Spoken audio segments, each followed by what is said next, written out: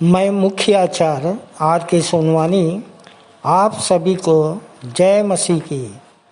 आज की ऑनलाइन रविवारी आराधना परमेश्वर पिता, परमेश्वर पुत्र और पवित्र आत्मा के नाम से प्रारंभ करते हैं। आमीन और आमीन। आइए आज की आराधना हम प्रारंभ करते हैं। एक छोटी प्रार्थना कर लेंगे श्रीमती रामा साहू की अगुवाई में।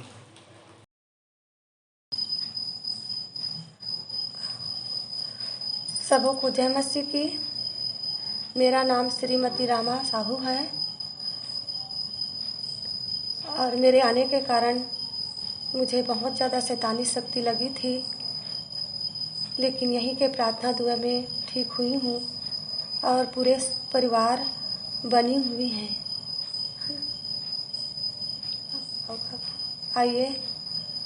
आइए हाथों को जोड़िए और आंखें को बंद करिए और प्रभु की ओर लगाइए। महान समर्थी दयालु अनुग्रहकारी प्रेमी पिता परमेश्वर, बड़ी धन्यवाद के साथ आपके पवित्र चरणों के समीप आते हैं। धन्यवाद देते हैं पिता कि आपने पूरे सप्ताह भर संभाले रखा। धन्यवाद देते हैं पिता इस पवित्र दिन के लिए हम सब भाई बहन एकत्रित होने पाए। प्रार्थना करते हैं पिता गीतों का गाया जाना, भेंटों को दिया जाना, वचनों को पढ़ना जाना सबको ग्रहण योग्य हो सके। और प्यारे प्रभु जी, जो भाई बहन यहाँ तक आ रहे हैं उनकी मार्ग में सहायता करना ताकि आपको आकर धन्यवाद दे सके। और प्यारे प्रभु जी, इस आराधना में आप ही अल्फा और ओमेगा होइएगा।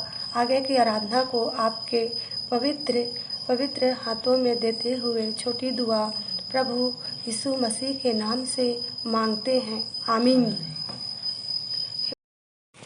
परमेश्वर की महिमा में गीत गाएंगे। स्तुति के गीत से 263 नंबर, पवित्र अति पवित्र स्थान में ले चल प्रभु।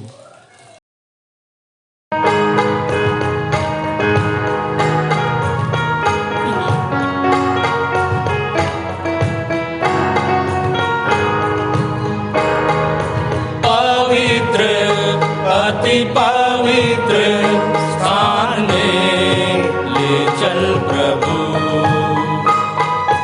मुझको तू अपने लहू से धो दे मेरे प्रभु। तेरे सामने झुकते हैं, सजदा हम करते हैं। तेरे सामने झुकते हैं, सजदा हम करते हैं। आत्मा और सच्चाई से आराधना करते हैं। आत्मा और सच्चाई से आराधना करते हैं। पवित्र अति पवित्र स्थान में ले चल प्रभु।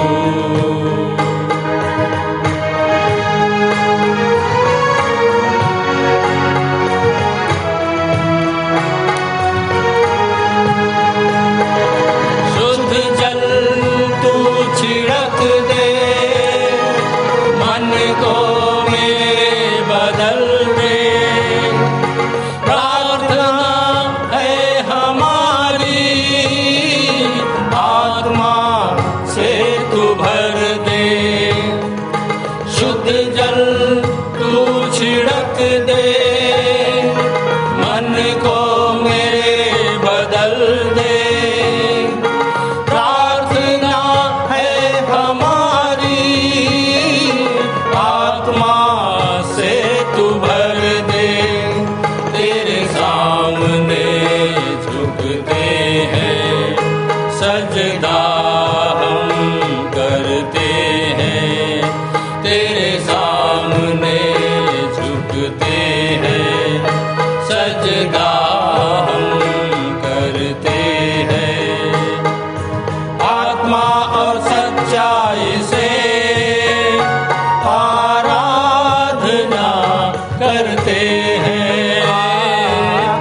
आत्मा और सच्चाई से आराधना करते हैं।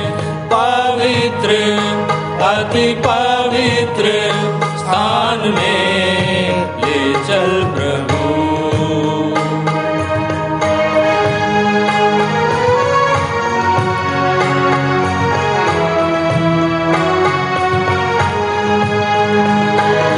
जितना मैं तुझको जानूं उतना करीब पाऊं।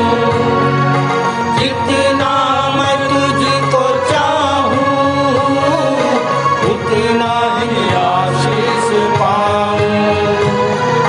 जितना मैं तुझको जानूं उतना करीब पाऊं।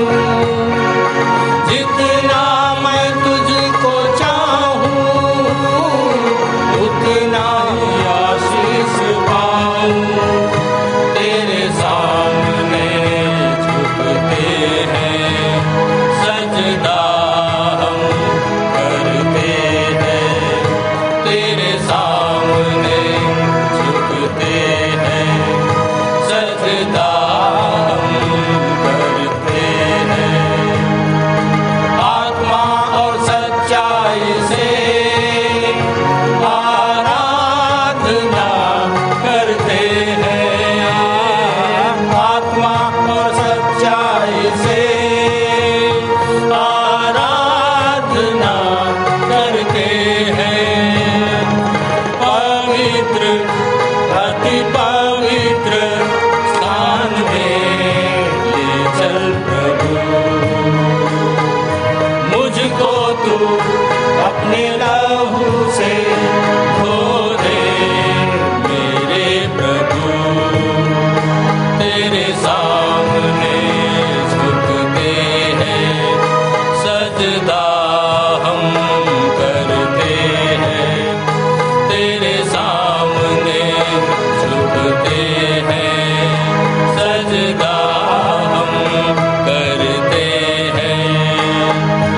आत्मा और सच्चाई से आराधना करते हैं। आत्मा और सच्चाई से आराधना करते हैं। आराधना करते हैं। आराधना करते हैं।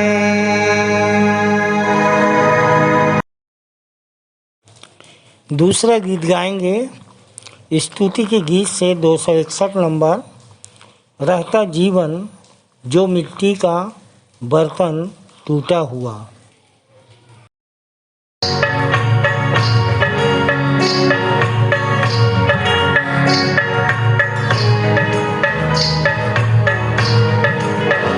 रहता जीवन जो मिट्टी का बर्तन टूटा हुआ, वो बनाता सोने सा जीवन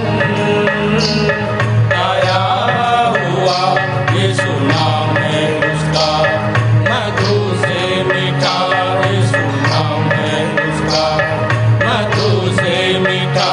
वो जिंदा मसीह है इब्ने खुदा। रहता जीवन जो मिट्टी का बर्तन टूटा हुआ। आज और कल वो नहीं बदलता, सर्वदा एक सा है। आज और कल वो नहीं बदलता, सर्वदा एक सा है। जीवन की सारी निराशाओं को दूर वो करता है। जीवन की सारी निराशाओं को दूर वो करता है। यीशु नाम है उसका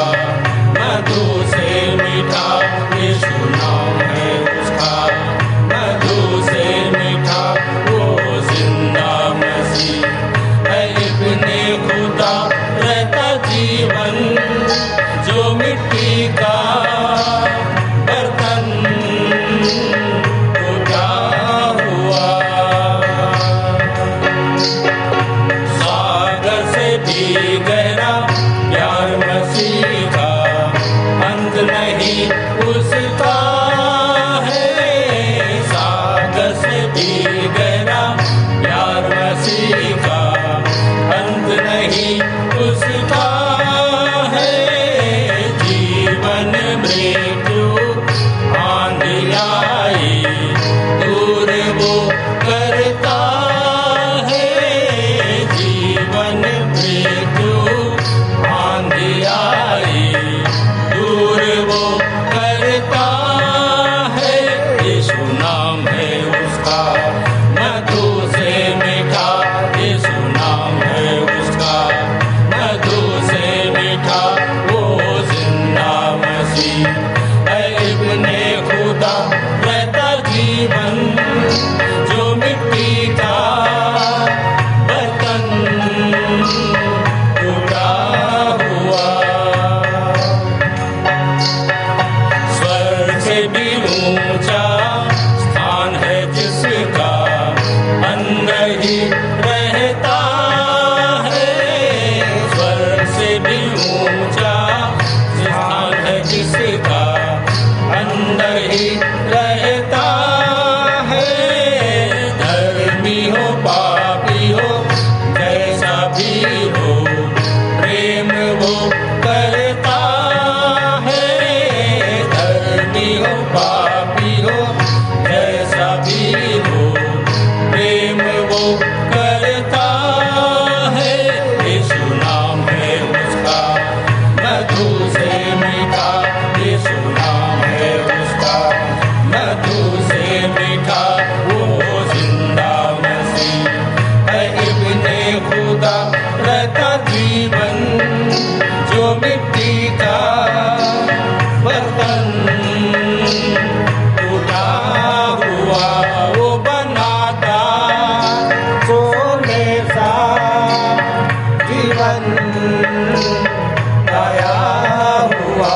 यीशु नाम है उसका मधु से मीठा, यीशु नाम है उसका मधु से मीठा, वो जिंदा मसीह है इब्ने खुदा, रहता जीवन जो मिट्टी का बर्तन टूटा हुआ।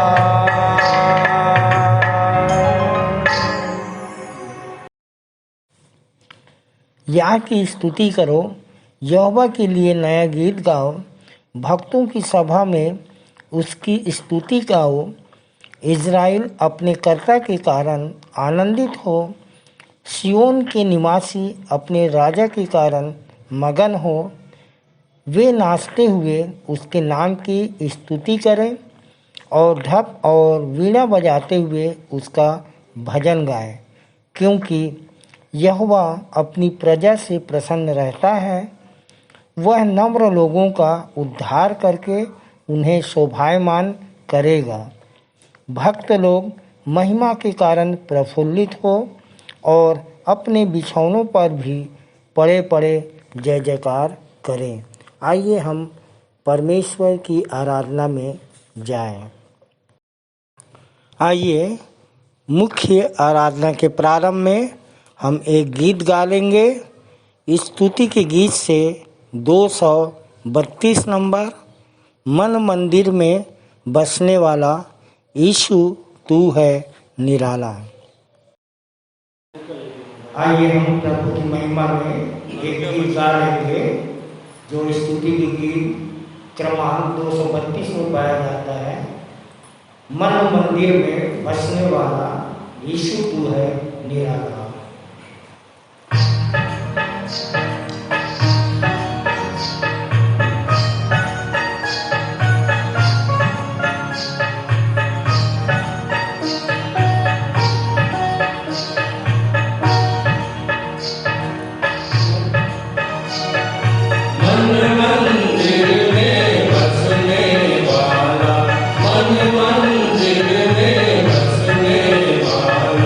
यीशु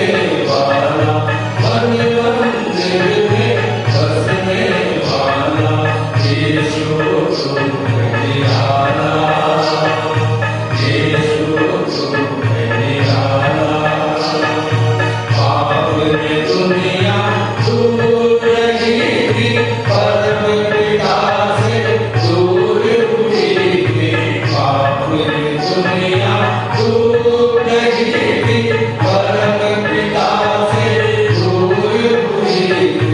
महिमा अपनी आप ही कर कर,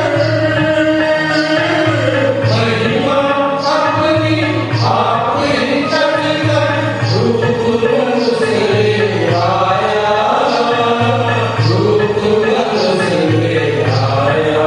ओ मन मंदिर में बसने वाला, मन मंदिर में बसने वाला, यीशु तू है निराला, यीशु तू है निराला। प्रेम हमें अनमोल दिखाया, प्रेम निखारे रखवाया, प्रेम हमें अनमोल दिखाया, प्रेम निखारे रखवाया। तुझे अपनी जान को देकर, तुझे अपनी जान को देकर, मौत से हमें छुड़ाया, मौत से हमें छुड़ाया। ओ मन मंदिर में बसने वाला, मन मंदिर में बसने वाला, यीशु तू है निराला, यीशु तू है निराला। हर विश्वासी प्रेम से आए, खुशी से अपनी भेंट चढ़ाए। हर विश्वासी प्रेम से आए, खुशी से अपनी भेंट चढ़ाए। अंधकार सब दूर हुए हैं, अंधकार सब दूर हुए हैं, मन में हुआ उजाला, मन में हुआ उजाला। ओ मन मंदिर में बसने वाला, मन मंदिर में बसने वाला, यीशु तू है निराला, यीशु तू है निराला, यीशु तू है निराला।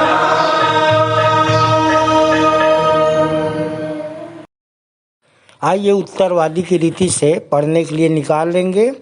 प्रेरितों के कार्य 20 अध्याय 17 से 38 पद तक पढ़ लेंगे। पढ़ने में अगुवाई कुमारी दिव्यानी सूर्यवंशी करेगी और मिस्टर कमलेश सूर्यवंशी के साथ हम सब उत्तर देंगे।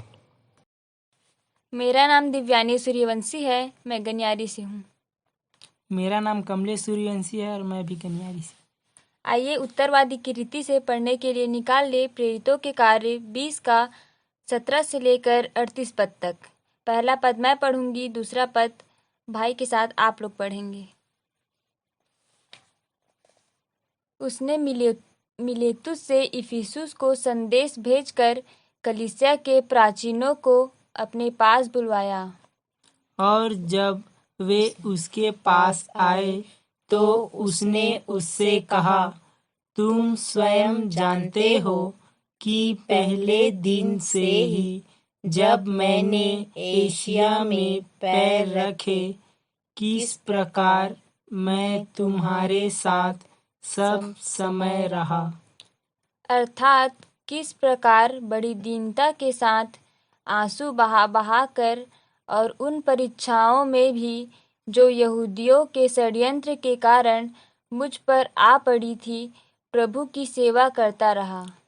और कि मैं किस प्रकार तुम्हारे लाभ के लिए कोई भी बात बताने से न झिझका और सबके सामने तथा घर घर जाकर तुम्हें उपदेश देता रहा। मैं यहूदी और यूनानी दोनों को ही दृढ़तापूर्वक साक्षी देता रहा कि परमेश्वर की ओर मन फिराओ और प्रभु यीशु मसीह पर विश्वास करो। अब देखो, मैं आत्मा से में बंधा हुआ यरूशलेम को जाता हूँ और वहाँ न जाने मुझ पर क्या क्या बीतेगा।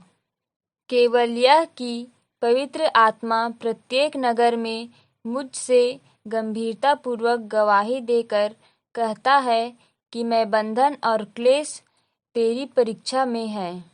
मैं अपने प्राण को किस प्रकार भी अपने लिए प्रिय नहीं समझता।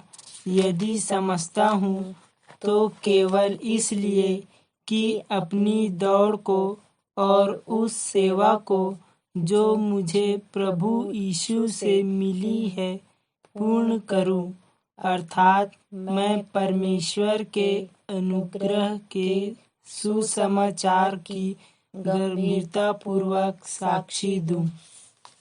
अब देखो, मैं जानता हूँ कि तुम सब जिनके मध्य मैं परमेश्वर के राज्य का सुसमाचार सुनाता फिरा, मेरा मुंह फिर ना देखने पाओगे। इसलिए आज के दिन मैं तुम्हारे समक्ष गवाही देकर कहता हूँ कि मैं सब लोगों के लहू से निर्दोष हूँ, क्योंकि परमेश्वर की संपूर्ण इच्छा को तुम्हें बताने से ना झिझका। इसलिए अपनी और अपने पूरे झुंड की रखवाली करो, जिसके मध्य पवित्र आत्मा ने तुम्हें अध्यक्ष ठहराया कि तुम परमेश्वर की उस कलीसिया की रखवाली करो जिसे उसने अपने ही लहू से खरीदा है। मैं जानता हूँ कि मेरे जाने के बाद फाड़ने वाले भेड़िए तुम्हारे मध्य आएंगे और झुंड को ना छोड़ेंगे। और तुम्हारे ही बीच में से ऐसे लोग उठ खड़े होंगे जो चेलों को अपने पीछे खींच लेने के लिए टेढ़ी मेढ़ी बातें करेंगे। इसलिए जागते रहो और स्मरण करो कि मैंने 3 वर्ष तक रात दिन आंसू बहा बहा कर एक एक को समझाना ना छोड़ा। और अब मैं तुम्हें परमेश्वर और उसके अनुग्रह के वचन में के हाथ सौंपता हूँ, जो तुम्हारी उन्नति कर सकता है और सब पवित्र किए गए लोगों के साथ मीरास दे सकता है। मैंने किसी के सोने चांदी या वस्त्र का लोभ नहीं किया। तुम स्वयं जानते हो कि इन्हीं हाथों ने मेरी और मेरे साथियों की आवश्यकताएं पूरी की है। मैंने तो तुम्हें हर बात से यह दिखाया है कि तुम भी इसी प्रकार कठिन परिश्रम करके निर्बलों को संभालो और प्रभु यीशु के ये वचन स्मरण रखो, जो उसने स्वयं कहे, लेने से देना धन्य है। यह कहकर उसने घुटने टेके और सबके साथ प्रार्थना की। तब वे सब फूट फूट कर रोने लगे और पौलुस के गले लिपट कर उसे बार बार चूमने लगे। आइए हम अंतिम वचन सब एक साथ पढ़ लें। वे विशेषकर उस बात से जो उसने कही थी शोकित थे कि तुम मेरा मुंह फिर ना देखोगे, और उन्होंने उसे जहाज तक पहुंचाया। परमेश्वर अपने वचन के पढ़े और सुने जाने पर हम सबको आशीष दे। आमीन। आइए हम विश्वास वचन बोलें। मैं सर्वशक्तिमान पिता पर स्वर्ग और पृथ्वी के सृजनहार परमेश्वर पर विश्वास रखता हूँ। मैं उसके एकलौते पुत्र हमारे प्रभु यीशु मसीह पर, जो पवित्र आत्मा के सामर्थ के द्वारा कुमारी मरियम से जन्मा, जिसने पोंतियुस पिलातुस के राज्य में दुख उठाया, जो क्रूस पर टांगा गया और मारा गया, जो गाड़ा गया और अदृश्य लोक में पहुंचा, और तीसरे दिन मृतकों में से फिर जी उठा, जो स्वर्ग पर चला गया और सर्वशक्तिमान पिता परमेश्वर के दाहिने हाथ विराजमान है, और जीवितों और मृतकों का न्याय करने फिर आने वाला है। विश्वास रखता हूँ मैं पवित्र आत्मा पर, पवित्र सारी कलीसिया पर, संतों की संगति पर, देह के पुनरुत्थान पर, पापों की क्षमा पर और अनंत जीवन पर विश्वास रखता हूँ। आमीन। आइए सामान्य सामाजिक एवं पारिवारिक कलीसियाई प्रार्थना में जाएंगे और प्रार्थना में अगुवाई सहायक सह आचार्य श्रीमती आरती करोसिया करेंगी। आप सबको जय मसीह की। मेरा नाम श्रीमती आरती करोसिया है। आइए हम प्रार्थना में जाएं।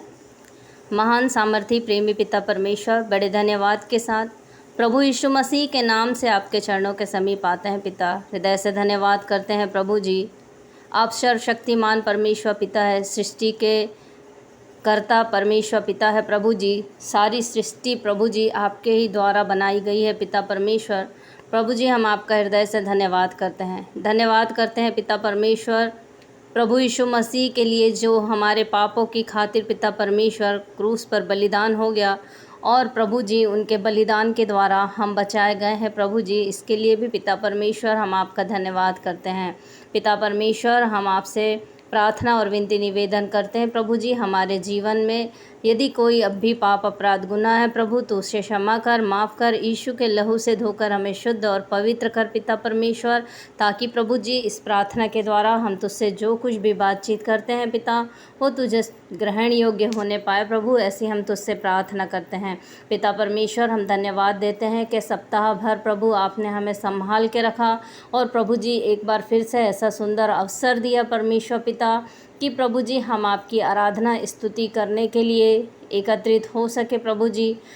पिता परमेश्वर इसके लिए हम आपका हृदय से धन्यवाद करते हैं पिता परमेश्वर। हम प्रार्थना और विनती निवेदन करते हैं आज की आराधना में प्रभु जी, हम आपकी अगुवाई को चाहते हैं परमेश्वर पिता। आज की हमारी आराधना के आप ही अल्फ़ा और ओमेगा होइए परमेश्वर पिता, और हर प्रकार की समस्याओं को प्रभु यीशु मसीह के नाम से दूर कीजिए। किसी भी प्रकार की कोई भी बाधा हमारी आराधना में आने ना पाए पिता, ऐसी हम आपसे प्रार्थना करते हैं प्रभु जी। हम प्रार्थना और विनती निवेदन करते हैं अपने मंदिर के संचालक जी के लिए, सह संचालकों के लिए, आचार्य गणों के लिए पिता परमेश्वर, और उनके पूरे परिवारों के लिए आपसे प्रार्थना करते हैं प्रभु जी। उन सब पर आपकी विशेष आशीष और कृपा को चाहते हैं परमेश्वर पिता। प्रभु जी आप उन्हें और भी दर्शन और प्रकाशनों से भरिए प्रभु जी, ताकि पिता परमेश्वर आपके दर्शन और प्रकाशनों को प्रभु जी वो हमें भी बताने वाले हो सके परमेश्वर पिता, और निरंतर प्रभु जी आपके कार्यों को करने वाले हो सके प्रभु। ऐसी हम तुझसे प्रार्थना करते हैं। प्रार्थना और विनती निवेदन करते हैं पिता परमेश्वर के बीते सप्ताह प्रभु जी जहाँ कहीं भी आपके नाम के सुसमाचार का प्रचार प्रसार किया गया, चाहे गुरु मंत्र के माध्यम से हो, नया नियम के द्वारा हो पिता परमेश्वर, प्रभु जी वो सब फलवंत होने पाए प्रभु जी। और जिन जिन हाथों में पिता परमेश्वर वो गुरु मंत्र गया है, सुसमाचार गया है पिता परमेश्वर, वो सभी आत्माएं प्रभु जी जीती जा सके और आपके चरणों के समीप आने वाली हो सके पिता। ऐसी हम तुझसे प्रार्थना करते हैं प्रभु जी। हम प्रार्थना करते हैं मसीही समाज के अगुवों के लिए, पास्टरों के लिए, मसीह संस्था और प्रचारकों के लिए परमेश्वर पिता। प्रभु जी उन सब पर हम आपकी आशीष को चाहते हैं पिता, के आत्मा और सच्चाई से प्रभु जी वे आपके प्रचार प्रसार के कार्यों को करने वाले हो सके। हम प्रार्थना और विनती निवेदन करते हैं पिता परमेश्वर कि आज के दिन जहाँ कहीं भी आपके नाम की आराधना स्तुति की जाती है पिता परमेश्वर, उन स्थानों पर प्रभु जी आपकी उपस्थिति को चाहते हैं परमेश्वर पिता। और प्रभु जी वहाँ जितने भी लोग आपकी आराधना स्तुति करते हैं आत्मा और सच्चाई से प्रभु आपकी महिमा करने वाले हो सके पिता परमेश्वर, और उन सब के बीच में आप उपस्थित होकर प्रभु उन्हें बहुतायत की आशीषों से नवाजिए पिता।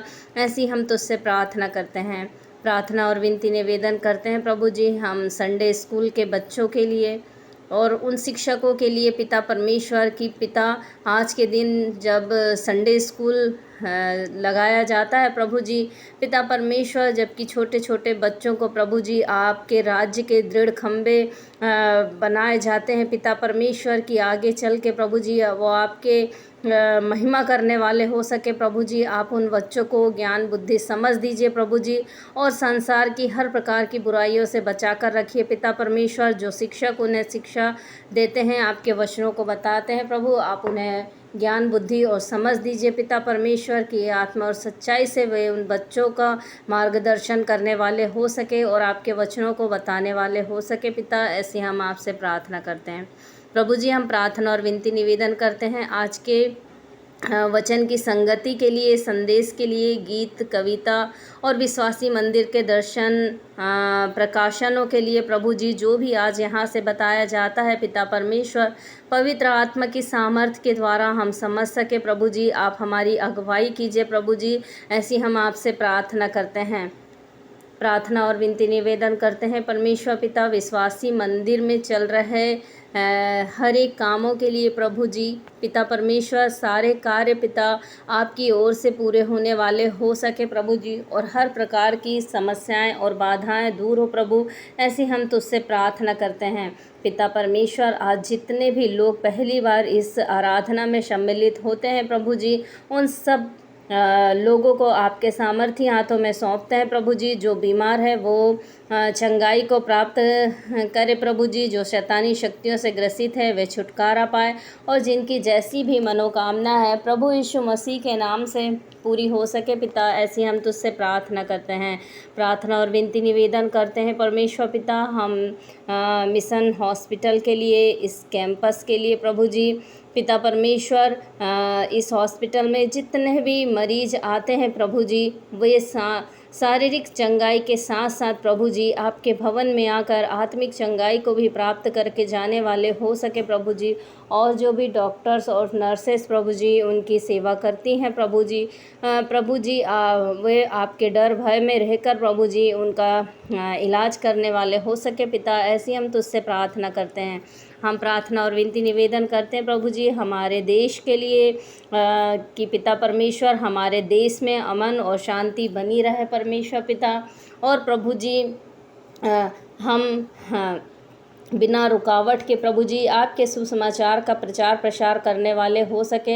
हम अपने देश के मंत्रियों को आपके सामर्थ्य हाथों में सौंपते हैं पिता, जो देश का संचालन करते हैं उन हर एक लोगों को आपके हाथों में सौंपते हैं पिता परमेश्वर, कि वे आपके डर भय में रहते हुए इस देश का संचालन करने वाले हो सके पिता परमेश्वर प्रभु। और हमारे देश में हमेशा अमन और शांति बरकरार रहे पिता। ऐसी हम आपसे प्रार्थना करते हैं, प्रार्थना और विनती निवेदन करते हैं पिता परमेश्वर। इस समय जबकि जगह जगह प्रभु जी बाढ़ की स्थिति बनती है परमेश्वर पिता, प्रभु हम आपसे प्रार्थना करते हैं कि प्रभु जी जहाँ कहीं भी बाढ़ वाली स्थिति बनती है प्रभु जी, आप वहाँ हर एक लोगों की मदद कीजिए, सहायता कीजिए पिता परमेश्वर, ताकि प्रभु जी हर एक लोग बचाए जा सके और पिता आपके नाम की महिमा करने वाले हो सके प्रभु। ऐसी हम तुझसे प्रार्थना करते हैं पिता परमेश्वर। हम आज के वक्ता को आपके सामर्थ्य हाथों में सौंपते हैं।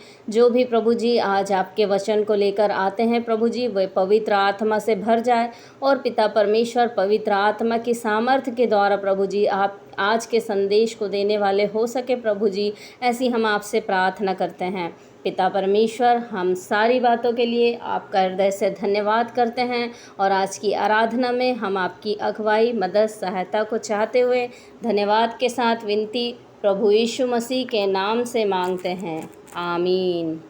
आप सबको जय मसीह की। ये समय है संदेश का हम संदेश में जाएंगे और हमारे लिए संदेश लेके आ रही हैं हमारे मंदिर की सह संचालिका श्रीमती अर्चना दास जी।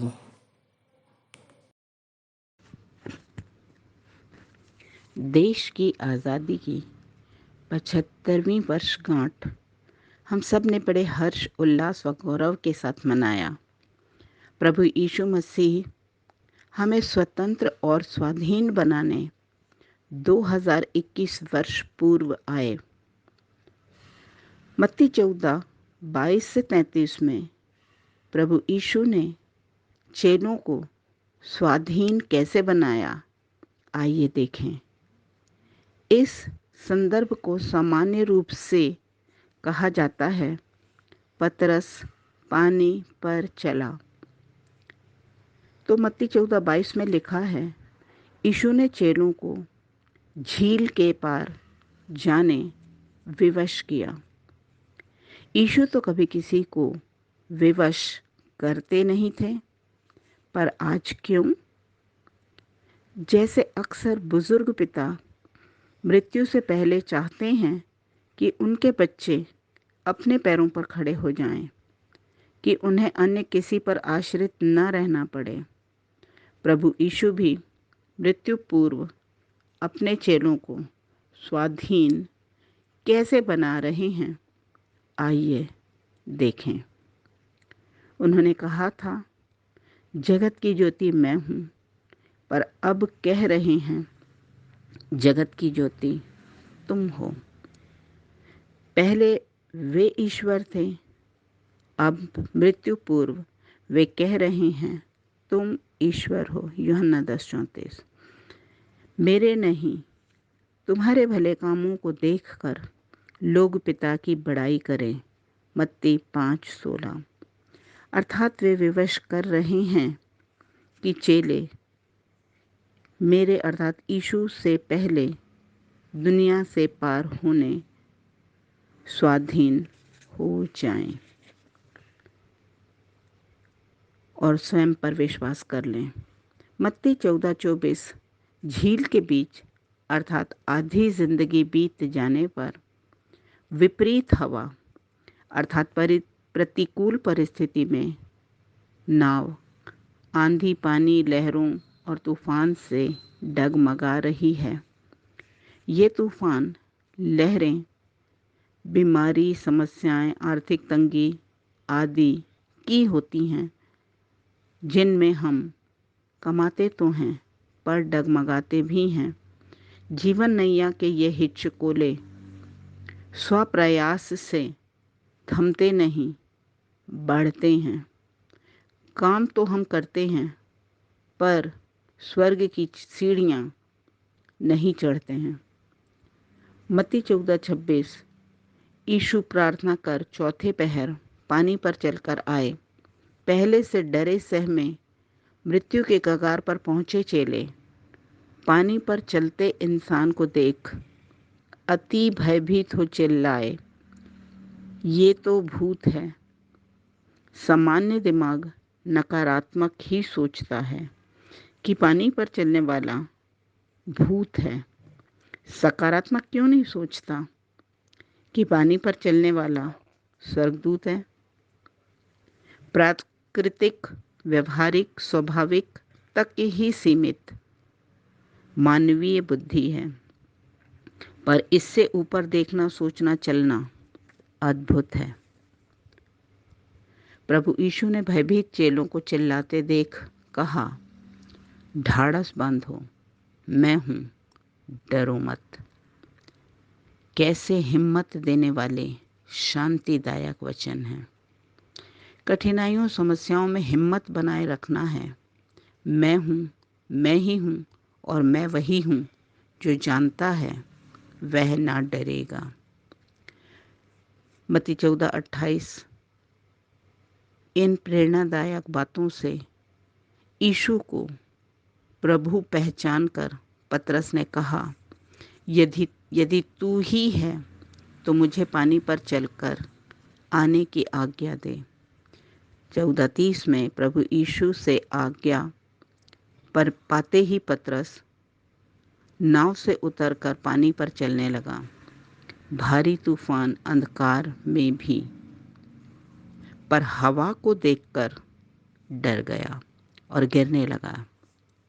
तब प्रभु को पुकारा और यीशु ने उसका हाथ थाम डांटा, हे अल्पविश्वासी, तूने संदेह क्यों किया? देह में ही तो संदेह होते हैं। 11 चेले विश्वासी तो कहलाते थे, पर वे विश्वासी थे नहीं। सिर्फ पतरस ने यीशु पर विश्वास प्रकट किया, पानी पर चला, बेशक डगमगाया, पर अंततः संभल गया। प्रभु यीशु की डांट ने उसे साहसी बना दिया, व्यभिचार की संतान बनने से बचा लिया। इब्रानियों 12:6।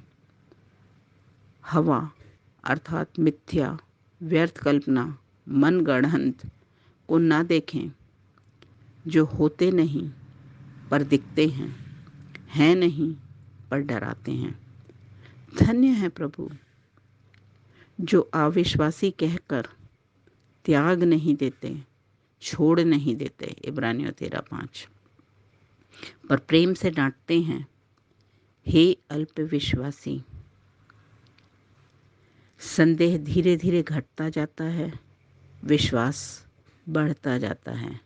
इंसान अविश्वासी, फिर अल्पविश्वासी, फिर विश्वासी की सीढ़ियाँ चढ़ता जाता है। जो शरीर से नाता तोड़ सकता है वही नाव छोड़ सकता है, और जो नाव छोड़ सकता है वही पानी पर चल सकता है, और जो पानी पर चल सकता है वही ईश्वर बन सकता है। इसलिए शरीर रूपी नाव के दिमाग रूपी समुद्र में शंकाओं, आशंकाओं, आकांक्षाओं, अभिलाषाओं, अपेक्षाओं के भयानक तूफान आते रहते हैं। अक्सर हम इन्हीं में गोते लगाते रहते हैं, पर जब परवरदिगार नाव पर आत्मा बन सवार हो जाते हैं, भव सागर तुरंत ही पार हो जाते हैं। यूहन्ना 6:21। इसलिए आज़ादी की 75वीं वर्षगांठ पर हम सब पानी पर ही ना चलें, पर यूहन्ना 14:12 की तर्ज पर स्वतंत्र व स्वाधीन बन हवा में भी उड़ें। जय मसीह की।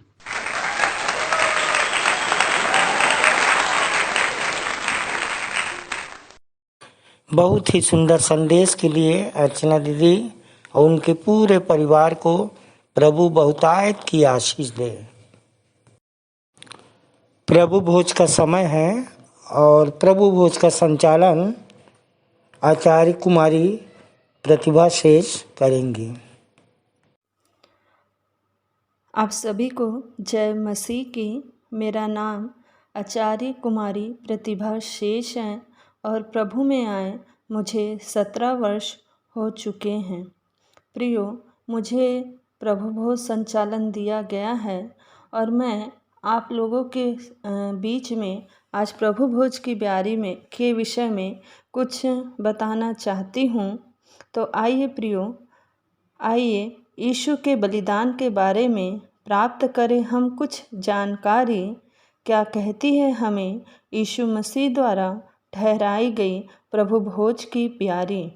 प्रियो, जिस प्रकार हम वचन में पढ़ते हैं, 1 कुरिन्थियों उसका 11 अध्याय उसके 23, 24, 25 में इस प्रकार लिखा गया है, क्योंकि यह बात मुझे प्रभु से पहुंची और मैंने तुम्हें भी पहुंचा दी कि प्रभु यीशु ने जिस रात वह पकड़वाया गया रोटी ली और धन्यवाद करके उसे तोड़ी और कहा, यह मेरी देह है जो तुम्हारे लिए है, मेरे स्मरण के लिए यही किया करो।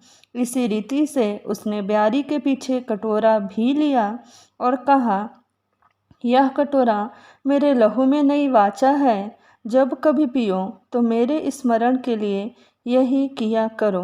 तो प्रियो, यीशु मसीह क्यों कह रहे हैं बार बार कि जब हम प्रभु भोज की ब्यारी में शामिल होते हैं तो उसके मांस और लहू को स्मरण करें? क्योंकि यीशु मसीह ने अपने आप को हमारे लिए बलिदान कर दिया और अपनी देह और अपना लहू दोनों हमारे लिए दे दिया।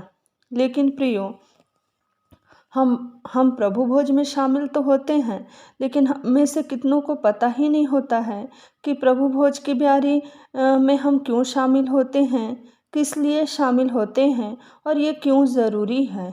तो प्रियो, कुछ लोग प्रभु भोज में शामिल इसलिए होते हैं क्योंकि उन्हें लगता है कि हमने बपतिस्मा जल संस्कार लिया है, इसलिए ज़रूरी है।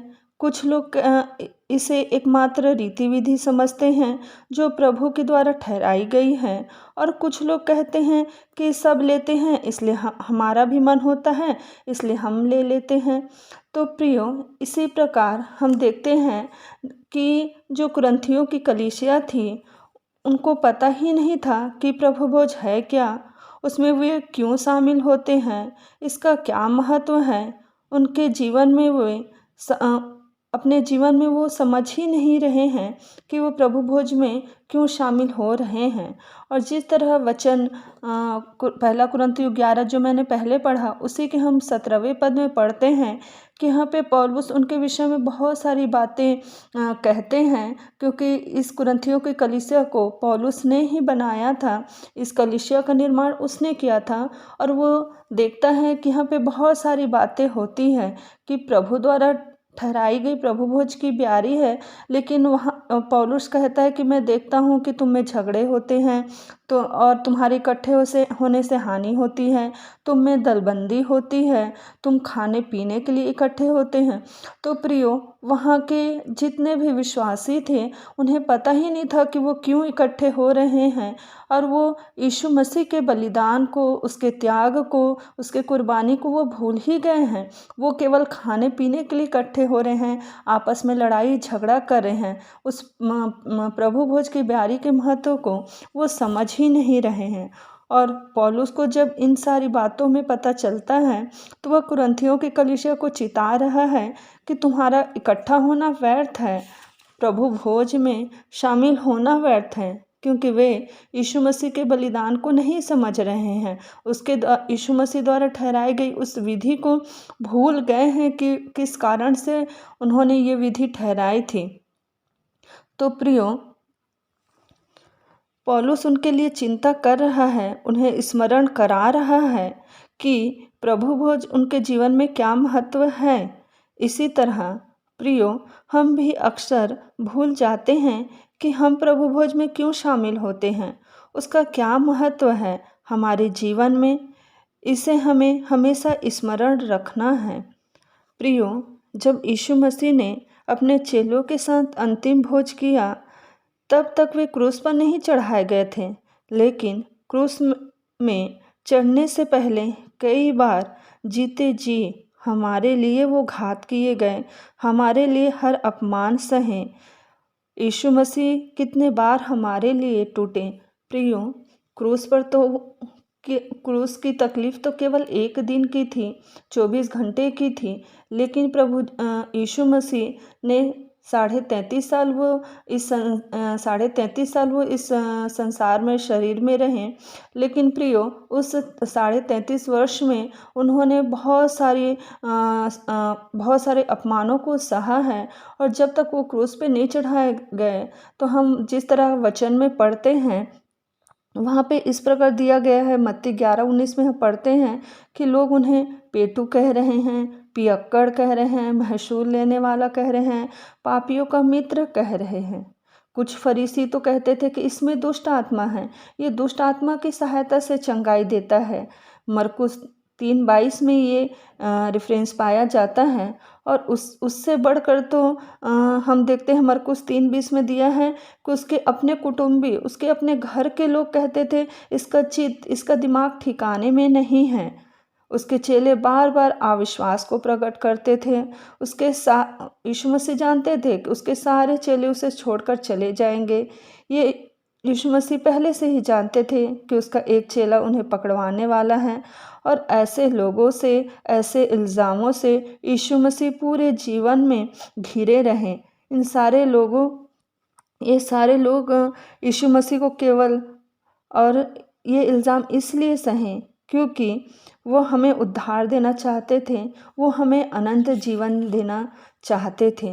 तो प्रियो, केवल यीशु मसीह के बलिदान के द्वारा ही हमें ये आज़ादी है, ये स्वतंत्रता है, ये उद्धार, ये मोक्ष मिलने पाया है, जिसका एहसास हम जीते जी करने पाते हैं प्रभु जी। और ये केवल और केवल यीशु मसीह के बलिदान, त्याग की ये कहानी है प्रियो।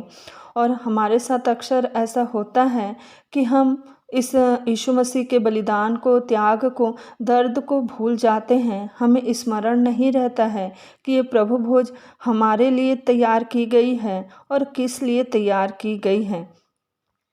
तो प्रियो, यह प्रभु भोज की ब्यारी आज उनके लिए हैं। कुछ बातें मैं आप लोगों के सामने कहना चाहती हूँ कि प्रभु भोज की बारी किन के लिए है। पहला, जो सचमुच परमेश्वर के प्रति एवं उसके कार्यों के प्रति ईमानदार हैं। दूसरा, जो सच में यीशु मसीह के लिए अपना जीवन बदलना चाहते हैं। तीसरा, जो सच में यीशु के पीछे चलना चाहते हैं। चौथा, जो यीशु मसीह के लिए बलिदान होने के लिए तैयार हैं। और पांचवा और अंतिम, जो अपना तन मन धन दूसरों के लिए लगाने के लिए तैयार हैं। प्रियो, इब्रानियों उसका 5 उसके 8 और 9 पद में दिया गया है कि यीशु मसीह पुत्र होने पर भी उसने दुख उठा कर आज्ञा माननी सीखी और सिद्ध बनकर अपने सब आज्ञा मानने वालों के लिए सदाकाल के उद्धार का कारण हो गया। तो प्रियो, जिस प्रकार यीशु मसीह आज्ञा मानी सीखी और उसी प्रकार हमें भी परमेश्वर के प्रति आज्ञाकारी होना है और उसके बलिदान, त्याग, प्रेम को हमेशा स्मरण रखना है और ईमानदारी से उसके पीछे चलना है। और जिस प्रकार आज्ञा मानने वालों के लिए सदाकाल के उद्धार का कारण वह बन गया, उसी तरह हमें भी उसका कार्य करके दूसरों को बचाकर उनके लिए उद्धार का कारण बनना है। और जैसे हम बचे हैं वैसे बहुतों को बचाना है। पिता परमेश्वर इस छोटे से वचन के द्वारा हम सभी को आशीष दे। आमीन।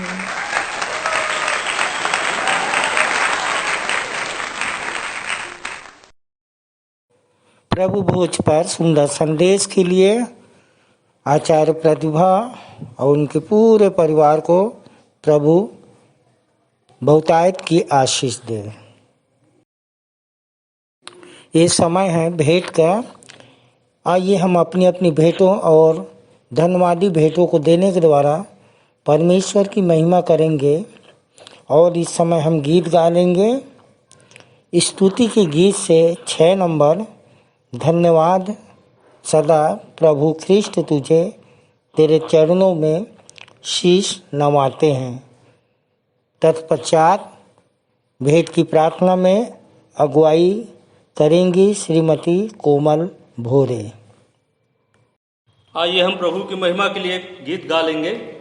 स्तुति के गीत क्रमांक 6 से, और गीत के बोल हैं, धन्यवाद सदा प्रभु ख्रिस्त तुझे, तेरे सम्मुख शीश नवाते हैं।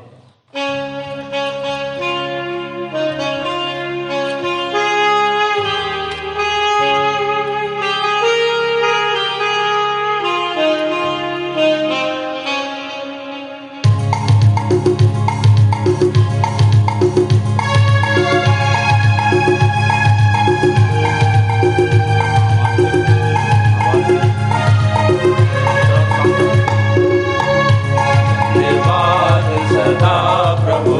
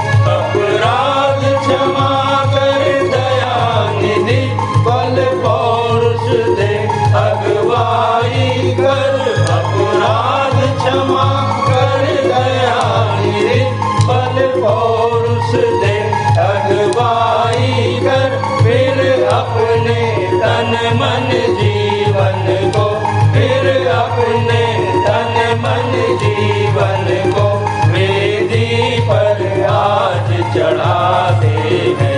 धन्यवाद सदा प्रभु कृष्ण तुझे, तेरे सन्मुख शीश नवाते हैं। हम तेरी आराधना करने को मंदिर में तेरे आते हैं। धन्यवाद सदा प्रभु कृष्ण तुझे।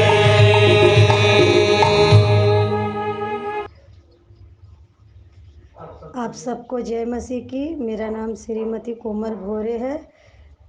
आइए, मुझे मंदिर आते 10 साल हो चुके। आइए भेंट के लिए प्रार्थना करें।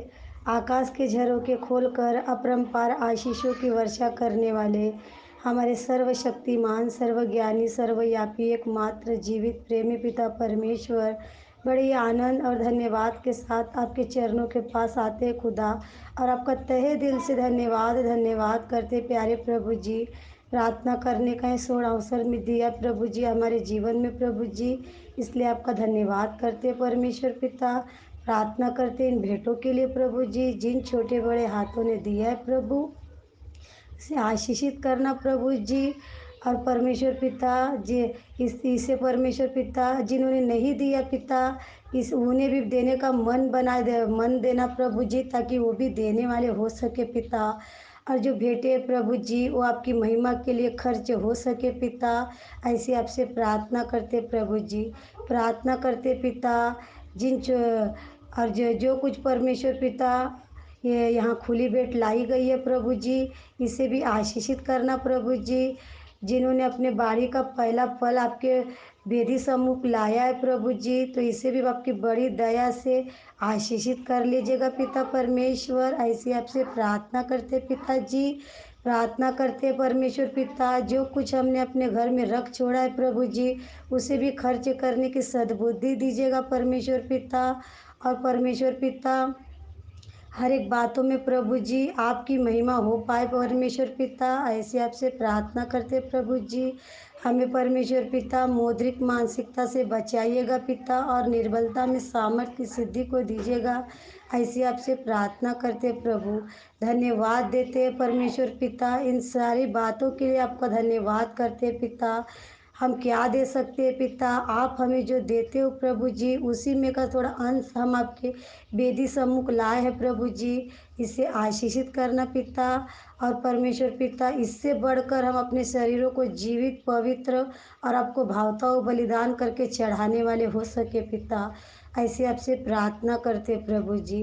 और क्या मांगे पिता, आप मांगने से पहले सब कुछ देने वाले परमेश्वर हो। आगे की शेष आराधना को, आगे के समय को, हर एक चीज़ों को आपके सर्व सामर्थी और अनुग्रह भरे हाथों में सौंपते हुए छोटी दुआ प्रभु यीशु मसीह के नाम से मांगते हैं, आमीन।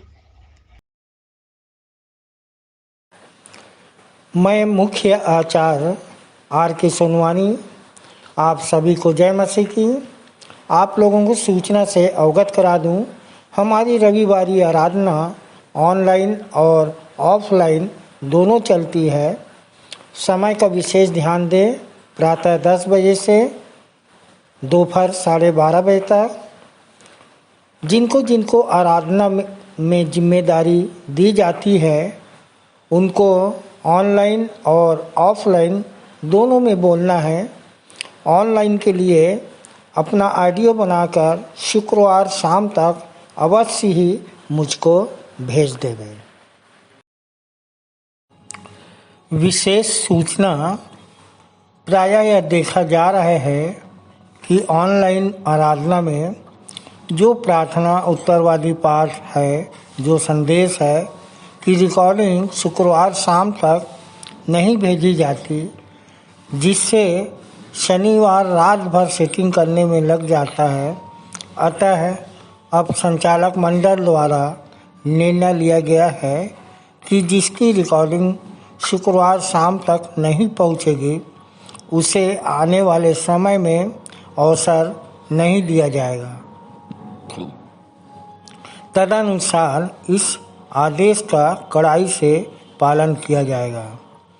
आदेशानुसार संचालक मंडल विश्वासी मंदिर बिलासपुर। 28/8/2022 की रविवारी आराधना के लिए आप लोगों को सूचित कर दूं, जिसका संचालन हमारी सह संचालिका डॉक्टर अल्पना राम जी करेंगी। आरंभ की प्रार्थना आचार्य R.K. सोनवानी के द्वारा। उत्तरवादी पाठ 1 कुरिन्थी 15 अध्याय 12 से 28 पद तक पढ़ लेंगे, जिसको पढ़ने में अगुवाई करेंगी आचार्य पूनम साहू और उत्तर देंगी श्रीमती रुक्मणी गेंदले। सामान्य सामाजिक एवं पारिवारिक कलिसियाई प्रार्थना में अगुवाई करेंगे आचार्य कुमारी बबीता सिंह और हम संदेश सुन लेंगे मिस्टर सुनील मसीह के द्वारा और प्रभु भोज संचालन सह संचालक श्री आशीष जलाल जी के द्वारा। भेंट की प्रार्थना भाई करण गंगावाने के द्वारा।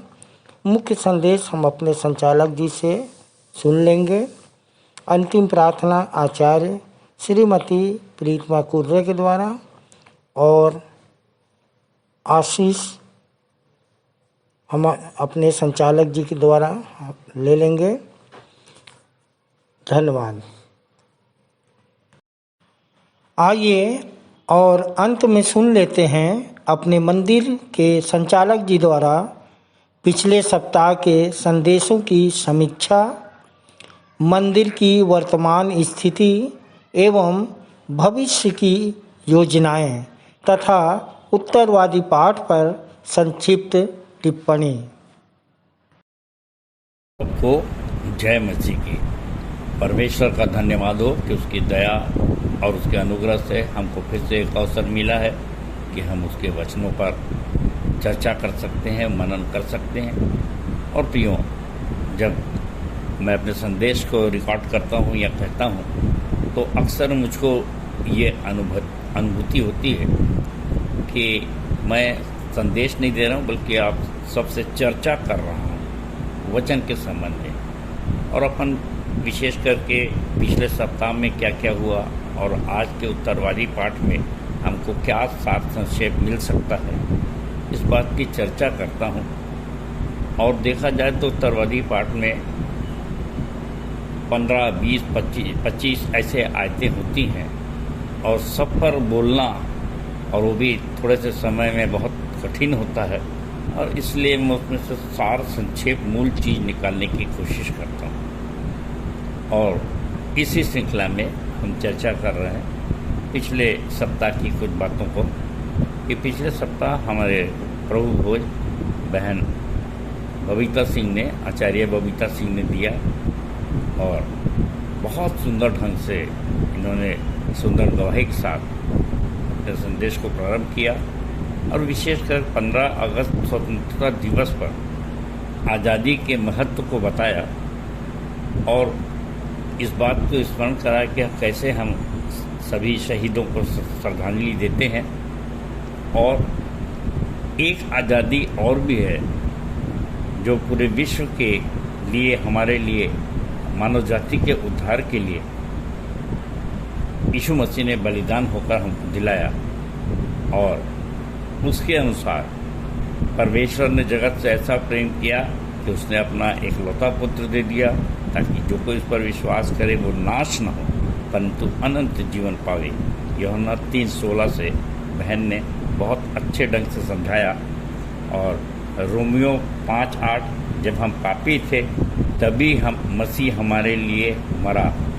और गलातियों 5:13-14 स्वतंत्र होने के लिए हम बुलाए गए हैं और इसलिए हमको पड़ोसी से प्रेम करना है, त्याग करना है, रीति विधि तक सीमित न रहें।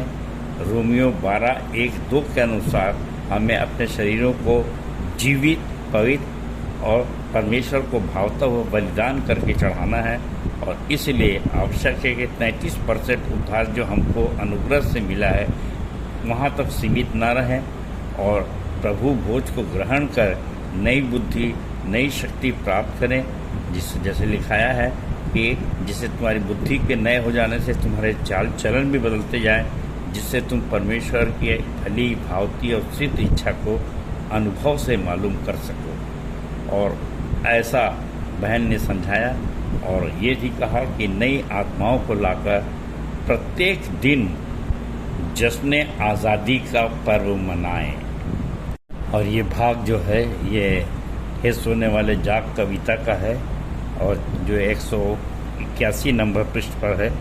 ऐसी कुछ लाइनों को मैं आपके सामने पढ़ना चाहता हूँ, जहाँ लिखा है, और शद्रक मेशक आबेदनगो और दानियल की है अपनी कहानी, भूखे सिंह धधकती आग के बीच भी जिनने रहने मृत्यु पर्यंत रहने की ठानी। न द्वेष न क्रोध न जुलूस न नारा, न द्वेष न क्रोध न जुलूस न नारा, बस एक ही बात कहते धीरज से, हमें नहीं चाहिए छुटकारा। क्योंकि दुख उठाने के लिए ही हमने खुदा बाप से मांगी जिंदगानी है, और हमें तो जश्न आज़ादी का पर्व इन नई आत्माओं के साथ मनानी है। सो प्रियो, हम जिस आज़ादी को प्राप्त करना चाहते हैं वो एक ऐसी आज़ादी है, क्योंकि पूरे विश्व में कोई न कोई ऐसा कारण रहा, कभी न कभी वो गुलाम रहा है, और सब देशों में ये आज़ादी का पर्व अपने अपने समय पर मनाया जाता है। परंतु ये जो आज़ादी के साथ बहन ने जोड़ा है, इसमें एक बहुत महत्व है। इसकी प्राप्ति है इस लोक में बहुतायत का जीवन और परलोक में अनंत जीवन। सो बहन को परमेश्वर बहुतायत की आशीष दे।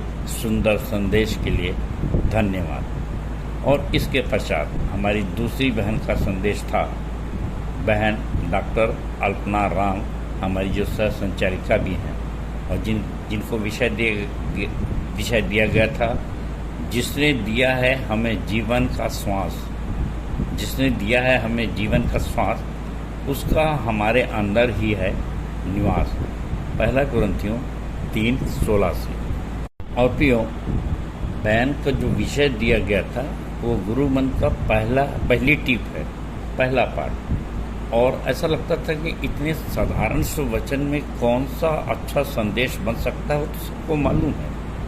परंतु देखिए कि कैसे उसका वर्णन कविता के द्वारा की और कितना महत्व बताया उसका। और यहाँ पर जो प्रारंभ है वो ये है कि गुरु मंत्र का पहला पाठ आप सबको पढ़ाना चाहती हूँ।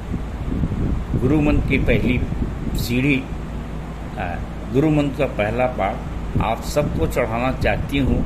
गुरु मंत्र की पहली सीढ़ी जिससे बदल रही है पूरी पीढ़ी। बहन ने बताया कि परमेश्वर आदम के अंदर निवास नहीं करता था, बाद में पाप आया और परमेश्वर से संबंध टूट गया, और परमेश्वर को कोई न कोई माध्यम चाहिए था बात करने के लिए। और परमेश्वर ने विभिन्न माध्यमों से, अब्राहम से, याकूब से, मूसा से, यूसुफ से बात किया, और अब हमारे से पुत्र की तरह बात करता है। इब्रानी 12:1-2।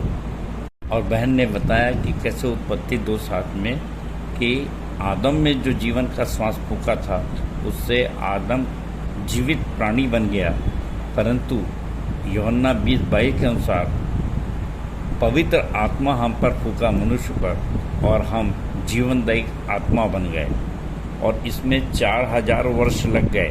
बहन ने खूब शानदार कहानी भी बताई। आप लोगों को याद होगा कि कैसे गंदे घर की सफाई हो पाई, शैतान का घर इंसान का घर बन गया, और कालांतर में वही मेहरबान का घर कहलाने लगा। धीरे धीरे आसमान का घर बन गया। सो वो गंदे मनुष्य मैर आप ही हैं, और इसलिए रोमी 8:11 के अनुसार जिसने यीशु को जिलाया वही हमें भी जिलाएगा। सो अगर परमेश्वर का हमारे अंदर हो निवास, अगर परमेश्वर का हमारे अंदर हो निवास, तो हमारा हर अंग हो जाएगा खास।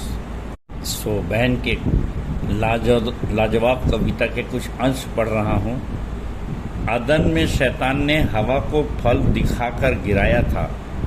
अदन में शैतान ने हवा को फल दिखाकर गिराया था। पीछे दृष्टि करने पर ही लूत की पत्नी को नमक का खंबा बनाया था। पीछे दृष्टि करने पर ही लूत की पत्नी को नमक का खंबा बनाया था। नहीं होंगे हम आँखों में अभिलाषा के दास, नहीं होंगे हम आँखों के अभिलाषा के दास, अगर परमेश्वर का हमारे अंदर हो निवास। क्योंकि घमंड के विचार ने लूसीफर को शैतान बनाया था। घमंड के विचार ने लूसीफर को शैतान बनाया था। द्वेष की भावना ने शाऊल को राजगद्दी से गिराया था। अपनों को बचा लेगा, मारी गई तो मारी गई, पर जाऊंगी का प्रयास। अपनों को बचा लेगा, मारी गई तो मारी गई, पर जाऊंगी का प्रयास, अगर परमेश्वर का हमारे अंदर हो निवास। सो परमेश्वर को करने दे अपने अंदर निवास, तो हम बन जाएंगे नई सृष्टि। अगर परमेश्वर को करने दे अपने अंदर निवास, तो हम बन जाएंगे नई सृष्टि, और दुनिया हमारे ईश्वर होने की करेगी पुष्टि। और दुनिया हमारे ईश्वर होने की करेगी पुष्टि। तो प्रियो बहन को परमेश्वर बहुत बहुत बहुत आशीष दे इस सुंदर शानदार आदर्श संदेश के लिए और शानदार कविता के लिए।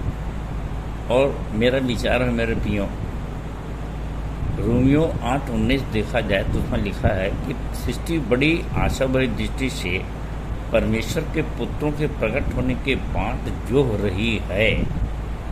और क्या मैं और आप अपने आप को परमेश्वर के पुत्र के रूप में प्रकट कर रहे हैं या कर सकते हैं? और अगर प्रयास देखा जाए तो यीशु मसीह के साथ भी यही समस्या रही। अगर यूहन्ना 14:7-9 देखा जाए, यहाँ पर यीशु मसीह ऐसा कहते हैं, यदि तुमने मुझे जाना होता तो मेरे पिता को भी जानते, और अब उसे भी जानते हो और उसे देखा भी है। फिलिप्पुस ने उससे कहा, हे प्रभु, पिता को हमें दिखा दे, यही हमारे लिए बहुत है। यीशु ने उससे कहा, हे फिलिप्पुस, मैं इतने दिन से तुम्हारे साथ हूँ और क्या तू मुझे नहीं जानता? जिसने मुझे देखा है उसने पिता को देखा है। तू क्यों कहता है कि पिता को हमें दिखा? सो प्रियो, आपने देखा कि यीशु ने भी एक तरह से फिलिप्पुस को झिड़का और कहा है कि इतने दिन से मैं तेरे साथ हूँ, खा रहा हूँ, पी रहा हूँ, घूम रहा हूँ, चल रहा हूँ, फिर रहा हूँ, और फिर भी तू कहता है कि मुझे पिता को दिखा। और यीशु ने स्पष्ट कर दिया कि जिसने मुझे देखा परम पिता परमेश्वर को देखा। और इस यहाँ पर देखिए, पौलुस ने भी बड़ी दृढ़ता के साथ कहा कि अब मैं जीवित नहीं रहा, परंतु मसीह मुझ में जीवित है। सुप्रियो, ये कितनी अच्छी तुकबंदी है, कितनी अच्छी कविता की 2 लाइन बहन ने कही कि अगर परमेश्वर को करने दे अपने अंदर निवास, तो हम बन जाएंगे नई सृष्टि, और दुनिया हमारे ईश्वर होने की करेगी पुष्टि। तो जिनके अंदर परमेश्वर का निवास नहीं है, जो परमेश्वर के कार्य को नहीं कर रहे हैं, वे इस बात से हमेशा कटेंगे कि मनुष्य भी कभी ईश्वर हो सकता है।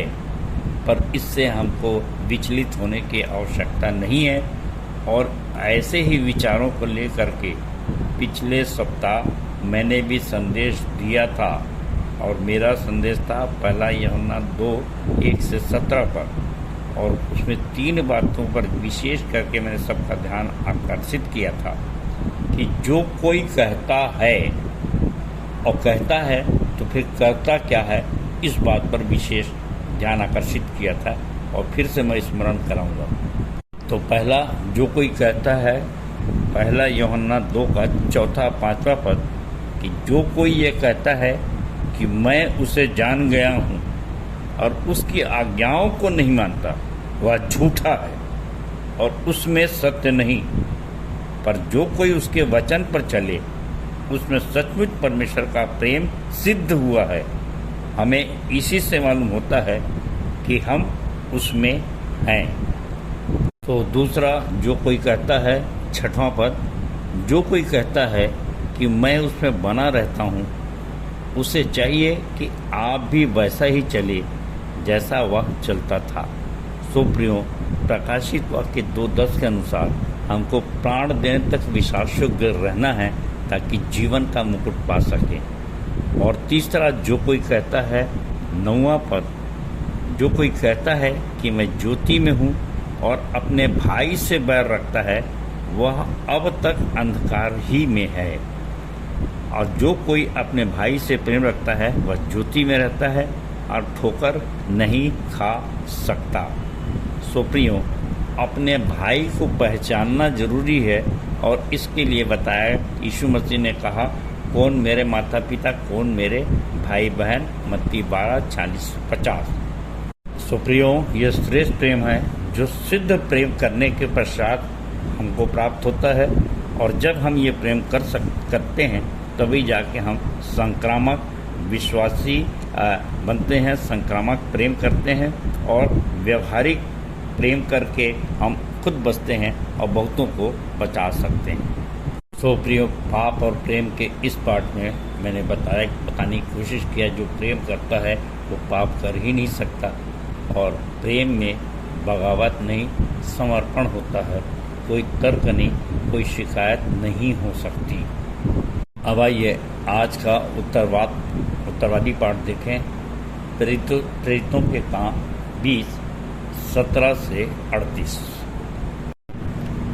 सो प्रेरितों का काम 20:17-38।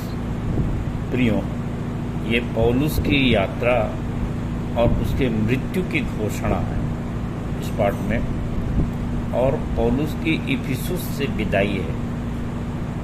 पौलुस इफिसुस में ज़्यादा रुकना नहीं चाहता था, वो यरूशलेम पिंतेकुस्त के दिन ही पहुंच जाना चाहता था। और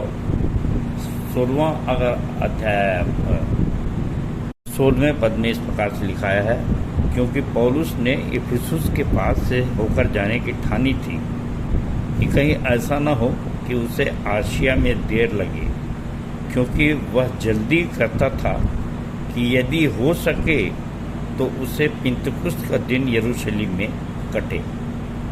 प्रियो, विदाई का जब अवसर आता है तो ऐसे भी हमें दुख होता है।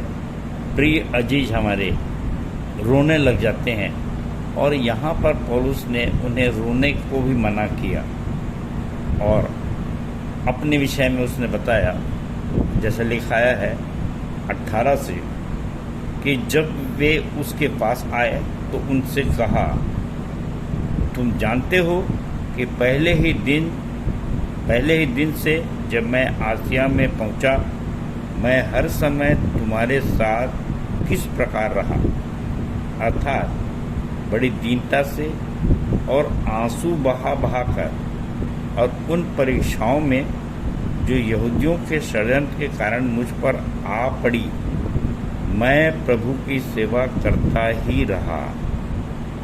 और जब इस पाठ को अपन पढ़ रहे हैं तो 3 बार पौलुस ने यहाँ पे आंसू बहा कर शब्दों का प्रयोग किया है। और मैं 29वां भी यहाँ पर पढ़ना चाहूँगा, जहाँ इस प्रकार से लिखा है कि मैं जानता हूँ कि मेरे जाने के बाद फाड़ने वाले भेड़िए तुम पर आएंगे, जो झुंड को न छोड़ेंगे। 30वां, और तुम्हारे ही बीच में से भी ऐसे मनुष्य उठेंगे जो चेलों को अपने पीछे खींच लेने को टेढ़ी मेढ़ी बातें कहेंगे। इसलिए जागते रहो और स्मरण करो कि मैंने 3 वर्ष तक रात दिन आंसू बहा कर हरेक को चेतावनी देना ना छोड़ा। और प्रियो, विदाई के इस समय में, कठिन समय में जब सब लोग भावुक हो जाते हैं तब पौलुस ही उनको मना करता है कि मैं तो रो रहा हूँ, रोया, मगर तुम मत रो। और इसलिए 21-13वां पद देखिए, प्रेरितों का काम 21 का 13वां पद। परंतु पौलुस ने उत्तर दिया कि तुम क्या करते हो कि रो रो कर मेरा मन तोड़ते हो। मैं तो प्रभु यीशु के नाम के लिए यरूशलेम में न केवल बांधे जाने ही के लिए वरन मरने के लिए भी तैयार हूँ, सो तुम मत रो। सो पौलुस, जबकि बहुत भावुक समय है, लोग भावनाओं में बह रहे हैं, वो रो रहा है, विदाई हो रही है, और 20वें पद में भी 21वें पद में भी पौलुस को समझाना चाहता है कि देखो भाइयों, जो जो बातें तुम्हारे लाभ की थी उनको बताने, लोगों के सामने और घर घर सिखाने से मैं कभी न झिझका, वरन यहूदियों और यूनानियों के सामने गवाही देता रहा कि परमेश्वर की ओर मन फिराना और हमारे प्रभु यीशु मसीह पर विश्वास करना चाहिए।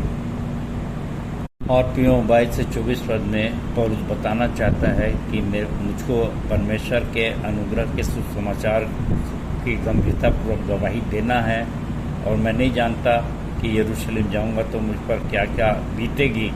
पर एक बहुत ही गंभीर बात को 25 से 27 पद में कहता है, और वो ये कि ये मेरी आखिरी मुलाकात है, फिर मेरा मुंह आप लोग देख पाएंगे या नहीं।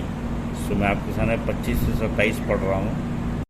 और अब देखो, मैं जानता हूँ कि तुम सब जिनमें मैं परमेश्वर के राज का प्रचार करता फिरा, मेरा मुंह फिर न देखोगे।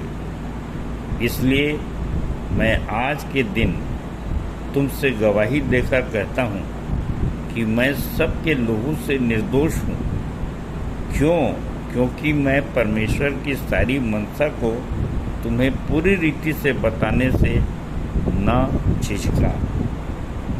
26वें पद में पौलुस बहुत स्पष्ट करना चाहता है कि रो रो कर हर प्रकार से मैं समझाया, परमेश्वर के राज्य के विषय में बताया, और कैसे आज़ादी मिल सकती है, उद्धार हो सकता है।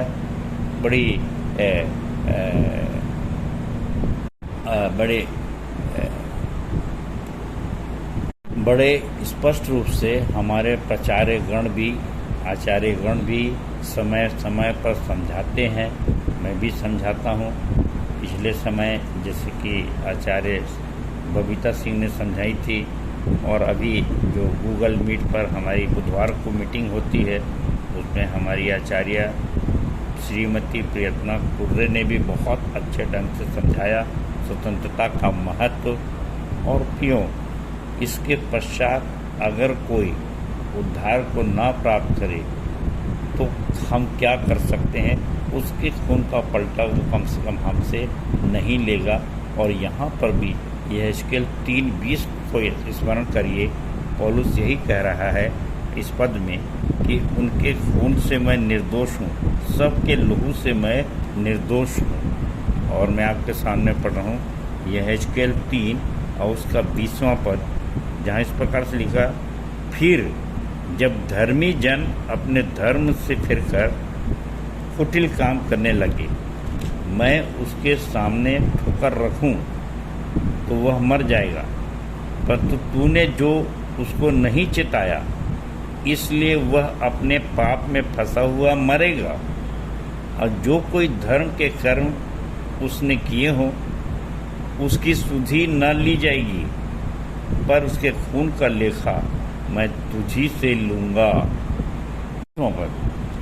परंतु यदि तू धर्मी को ऐसा कहकर चिताए कि वह पाप न करे और वह पाप से बच जाए, तो वह चितौनी को ग्रहण करने के कारण निश्चय जीवित रहेगा और तू अपने प्राण को बचाएगा। मत्ती 23 के 15 में भी शास्त्रियों और फरीसियों पर यीशु मसीह हाय कहते हैं, जहाँ इस प्रकार से लिखा है कि हे कपटी शास्त्रियों फरीसियों, तुम पर हाय, तुम एक जन को अपने मत में लाने के लिए सारे जल और थल में फिरते हो, और जब वह मत में आ जाता है तो उसे अपने से दूना नारकी बना देते हो। तो प्रियो, साधारण शब्दों में देखा जाए तो पौलुस यहाँ पर अपने अंतिम बात कह रहा है कि मेरा मुंह फिर से नहीं देखोगे, अर्थात मैं मर जाऊँगा, परंतु तुम्हारे लिए जो मैं कह रहा हूँ वो मैंने चिता दिया है। तुम्हारे खून का पलटा परमेश्वर मुझसे न लेगा और न ही मैंने तुम्हारे जीवन को नरकी बनाया है। सो मेरे और आपके लिए भी आज ये बहुत ही आवश्यक है कि हम कैसे संदेश का प्रचार कर रहे हैं। क्या उससे वास्तविक स्वतंत्रता मिल रही है? क्या उससे वास्तविक उद्धार हो रहा है? क्या हमारा उद्धार हुआ है? क्या हमारा उद्धार बढ़ रहा है?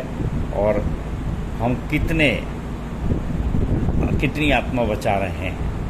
और जैसे कि अपन ने पढ़ा 29, 30, 31 पद में कि मैं जानता हूँ कि तुम मेरे जाने के बाद बहुत से ऐसे लोग आएंगे, फाड़ खाने वाले भेड़िए, जो हमारे डॉक्ट्रिन को ऊंचा नीचा करेंगे। मेरे प्रियो, ये तो बात की बात छोड़िए, अभी भी हमारे बीच में है। आप सबको मालूम है कि कहा जाता है ये गुरु मंत्र गलत है, ये भी हमारी जो डॉक्ट्रिन है वो गलत है, कल्ट है, भ्रामक है। इस प्रकार से कितने लोग हमारे बीच के बहक भी जाते हैं। परंतु स्थिति क्या है? पौलुस ने जैसे 31वें पद में कहा कि मैंने आंसू बहा कर हर एक को चेतावनी देना न छोड़ा, दिन रात मैं समझाता रहा। मेरे प्रियो, आज मेरी भी स्थिति कुछ ऐसी ही है, क्योंकि पौलुस तो यहाँ पर कह रहा है कि मेरे जाने के बाद फाड़ खाने वाले भेड़िए आएंगे और झुंड को न छोड़ेंगे, परंतु मैं तो जीते जी देख रहा हूँ और आप सबको चेतावनी भी दे रहा हूँ, और किसी को बदनाम करने के कारण नहीं, परंतु एक स्पष्ट स्थिति जो आती है वो बहुत करके मैं खुल के बताता भी हूँ कि देखो फलाने भाई को, फलाने बहन को इस प्रकार से कहा गया, गुरु मन के बारे में ऐसा कहा गया, हमारे दर्शनों के बारे में ऐसा कहा गया, ताकि कोई भी चीज़ छुपी हुई ना रहे। और यदि 35वां पद देखें तो यहाँ पर कहता है तुम आप ही, मैंने तुम्हें सब कुछ करके दिखाया कि इस रीति से परिश्रम करते हुए निर्बलों को संभालना और प्रभु यीशु मसीह की बातें स्मरण रखना अवश्य है कि उसने आप ही कहा लेने से देना धन्य है। सो प्रियो, मैंने करके दिखाया और आप इसके पश्चात जो संदेश देते हैं, जिसे प्रियतमा कुर्रे बहन ने अभी बुधवार की मीटिंग में कहा था 17 तारीख को, कि हम जो जानते सो कहते हैं और जो देखते हैं हम उसकी गवाही देते हैं। मैं चाहता हूं कि आप भी जो करके दिखाया गया है उसकी चर्चा करें। तो प्रियांत में 36 और 38 पद में अपनी मृत्यु की घोषणा करता है पौलुस। उसने यह कहकर उसने घुटने टेके और उन सब के साथ प्रार्थना की, तब वे सब बहुत रोए और पौलुस के गले में लिपट कर उसे चूमने लगे। वे विशेष करके इस बात पर शोक करते थे जो उसने कही थी कि तुम मेरा मुंह फिर न देखोगे, और उन्होंने उसे जहाज तक पहुंचाया। प्रियो, यदि जैसे मैंने कहा था प्रेरितों काम 21 का 31वां पद और वहाँ पर 13वां पद, 21वां नहीं, वहाँ पर 21 का 13, परंतु पौलुस ने उत्तर दिया तुम क्या करते हो कि रो रो कर मेरा मन तोड़ते हो? मैं तो प्रभु यीशु के नाम के लिए यरूशलेम में न केवल बांधे जाने के लिए वरन मरने के लिए भी तैयार हूँ। सो प्रियो, आज जबकि मैं भी 70 के करीब पहुँचने पर हूँ और मैंने अच्छी कुश्ती लड़ी है, जैसा कि 2 तीमुथियुस 2:6-7 में पौलुस कहता है, मैं अच्छी कुश्ती लड़ चुका हूँ, मैंने अपनी दौड़ पूरी कर ली है, मैंने विश्वास की रखवाली की है। सो बहुत भावुक मैं नहीं होना चाहता और बड़े आनंद के साथ ये कहना चाहता हूँ दर्शन को कि मैंने विश्वास की आँखों से उस निवास को, उस बंगले को देख लिया है। जैसे मैंने संपादकी में लिखा है कि जहाँ यीशु कहता है जहाँ मैं रहूँगा वहाँ तुम रहोगे। सो अपने प्रियों को, अपनी पसंद करने वालों को यीशु मसीह अपने साथ रखेंगे। और ऐसा उसने यूहन्ना 14:24 में कहा, हे पिता, मैं चाहता हूँ कि जिन्हें तूने मुझे दिया है, जहाँ मैं हूँ वहाँ भी वे मेरे साथ हों, कि मेरी उस महिमा को देखें जो तूने मुझे दी है। प्रियो, कितने आनंद की बात है कि हम अब मनुष्यों को खुश करने वाले नहीं, परंतु परमेश्वर को, यीशु मसीह को खुश करने के लिए कार्य करें, निर्बलों को ऊपर उठाएं और बड़े आनंद के साथ तैयारी में रहें कि हमारा मित्र प्रभु यीशु मसीह हमको कहेगा कि यदि हमने अच्छी कुश्ती लड़ी है, विश्वास की रखवाली की है, तो किसी भी हालत में भावुक होकर के और रोने गाने की आवश्यकता नहीं है। प्रभु में सदा आनंदित रहो। मैं फिर कहता हूँ, आनंदित रहो, सच्चा कार्य करो। और यदि आप सच्चा कार्य कर रहे हैं तो हर समय तैयार रहिए कि न्याय के दिन यीशु मसीह ही न्याय करेंगे और वे कहेंगे, हे मेरे पिता के धन्य लोगों, आओ मेरे पिता के साथ राज्य की वारिस हो जाओ। और वो हमको अपनी दाहिनी ओर बैठा लेगा और हम उसके साथ न केवल रहेंगे परंतु भोजन भी करेंगे। प्रकाशित वाक्य 3:20-21 में लिखाया है, और जो जय पाए मैं उसे अपने साथ अपने सिंहासन पर बैठाऊंगा, जैसा मैं भी जय पाकर अपने पिता के साथ उसके सिंहासन पर बैठ गया। प्रियो, सच्चा प्रेम करके उत्साह और उमंग से भरे रहिए और प्रभु का इंतज़ार करिए, और ताकि हम इस लोक में बहुतायत के दिन परलोक में अनंत जीवन को प्राप्त कर सकें। परमेश्वर अपने वचन के कहे जाने पर आशीष दे सबको। जय मसीह की, जय मसीह की और जय मसीह की। धन्यवाद। उत्तरवादी पाठ पर सुंदर सारगर्भित एवं व्यवहारिक टिप्पणी के लिए अपने संचालक जी का बहुत बहुत धन्यवाद करते हैं। तालियां।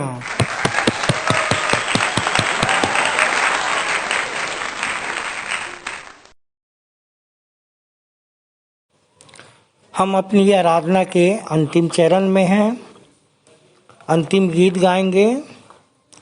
स्तुति के गीत से 101 नंबर, यीशु कहता तू साफ उजाला दे। अंतिम प्रार्थना में अगुवाई करेंगे हमारे सहायक आचार्य भाई सुपेंद्र केवट, और प्रभु की प्रार्थना और सह संचालिका डॉक्टर अल्पना राम जी की आशीष से सभा का समापन करेंगे।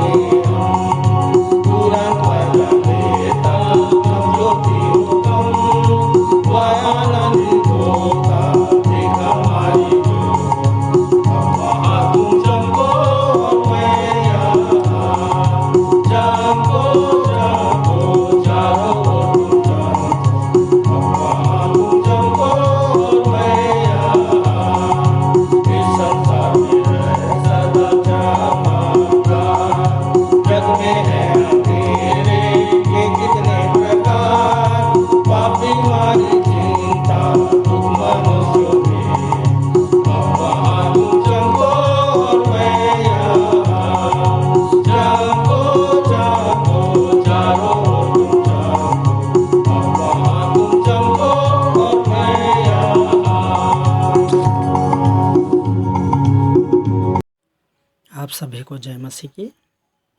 मेरा नाम सहायक आचार्य सुपेंद्र कुमार केवरता है। आइए हम प्रार्थना में जाएं।